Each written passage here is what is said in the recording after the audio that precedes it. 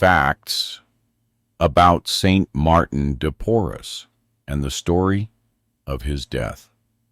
Saint Martin de Porres is not only the first mixed-race saint of the Americas, but also an icon who has inspired humanity with his life story. The characteristics that uniquely describe him highlight virtues such as humility, compassion, charity, selfless service, simplicity, frugality, joy, optimism, patience, and a profound and unwavering love for God and all his creations. He was born in 16th century Peru during the era of the viceroyalty, a time when, as in many other parts of the world, people were marginalized based on their origins, skin color, social class, and other factors. Martin was the son of a Spanish nobleman and a dark-skinned Panamanian woman.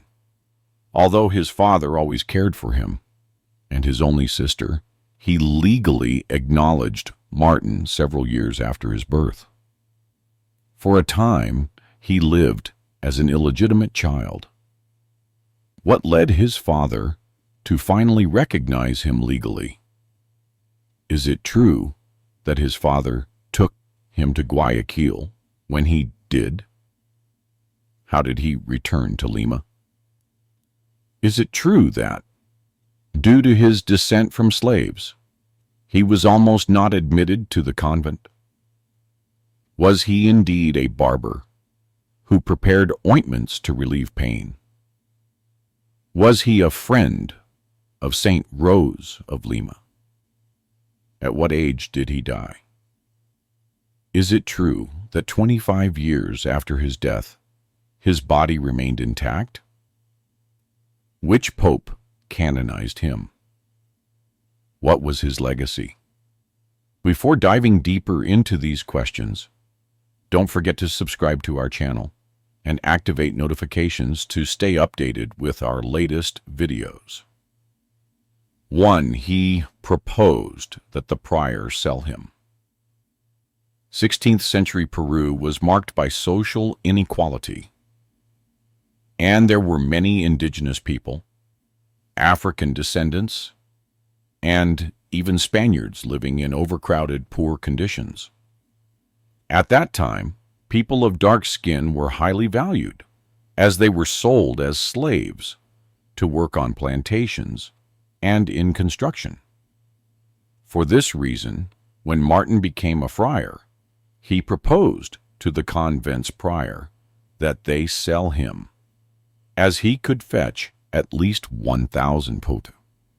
This was his attempt to persuade the prior not to pawn valuable objects to solve the convent's financial problems. Saint Martin de Porres thus demonstrated his most remarkable trait, humility. He always placed others above himself and his own needs. Although the prior's eyes filled with tears, he replied to Martin, "God will repay you, Brother Martin, but the same Lord who brought you here will provide for everything." 2. He prayed unaware that the altar step was on fire. One night, Saint Martin de Porres was praying before the Blessed Sacrament, to which he was deeply devoted. Suddenly, the altar step on which he was kneeling began to burn. Despite the terror and chaos around him, he remained unaware of the fire and continued praying. 3. He is attributed the gift of bilocation. Due to his patience, charity, humility, and knowledge of herbal medicine, many people sought Martin's help. According to some accounts, he was attributed the gift of bilocation. It was said that while he was in his cell, he was also seen comforting dying individuals. Some claimed he left the convent without unlocking doors, and when asked how he managed this, he would say, "I have my ways of coming and going." During a plague that struck Lima, 60 friars in the convent fell ill.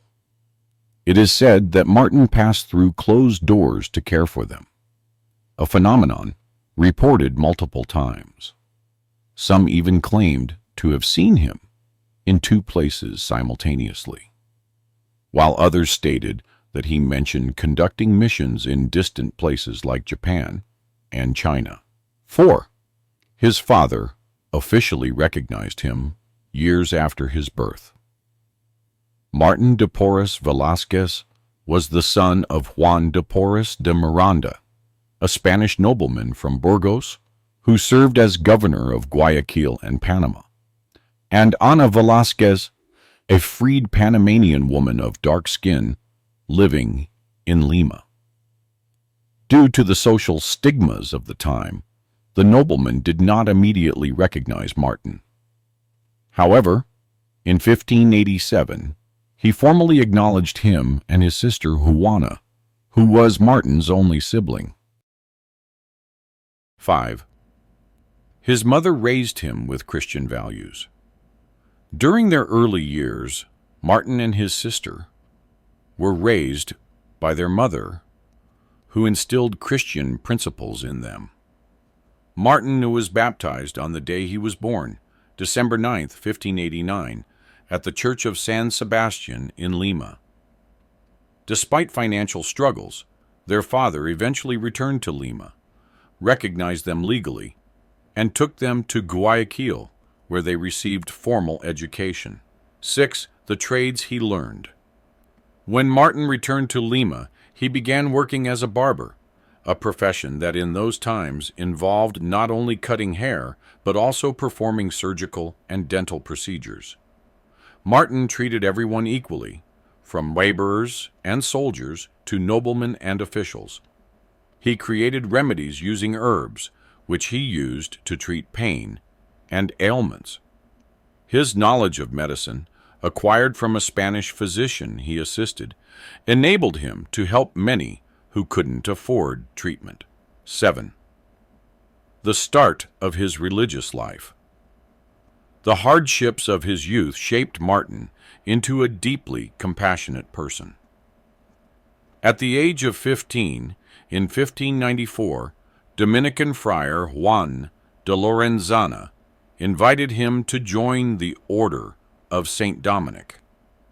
Despite his father's opposition, Martin was determined to pursue a religious life. 8. He was only admitted as a donato. Due to his African and indigenous ancestry, Martin could not initially become a full member of the Dominican order. Instead, he was admitted as a donato, a position that provided housing in exchange for performing menial tasks like cleaning. This earned him the nickname, the Saint of the Broom, symbolizing his humility. 9. He faced discrimination from some religious members. After being allowed to take vows, some members of the convent insulted him, calling him derogatory names like mulatto dog. Despite this, Martin remained steadfast in his faith and mission. 10. He became a friar in 1606. In 1606, Martin officially became a friar. Although he never became a priest, he took vows of poverty, chastity, and obedience.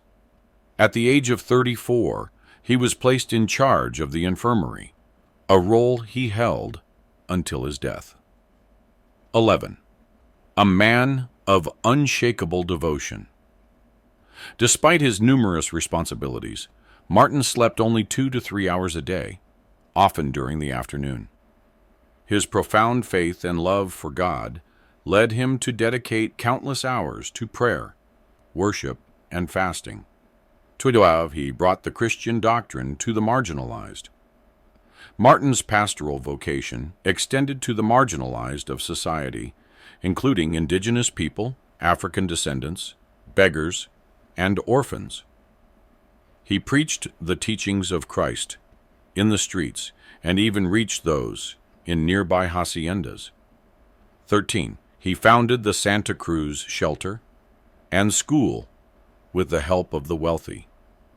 Martin sought the support of wealthy individuals, including the Viceroy of Peru, Luis Jerónimo Fernández de Cabrera, to establish the Santa Cruz Shelter and School. This institution aimed to improve the lives of orphans and the impoverished. If this video has inspired you, don't forget to subscribe for more content like this. And of course, share your experiences in the comments. Together, we can build a strong and positive community. Thank you for joining us on this journey of growth and transformation. See you in the next video.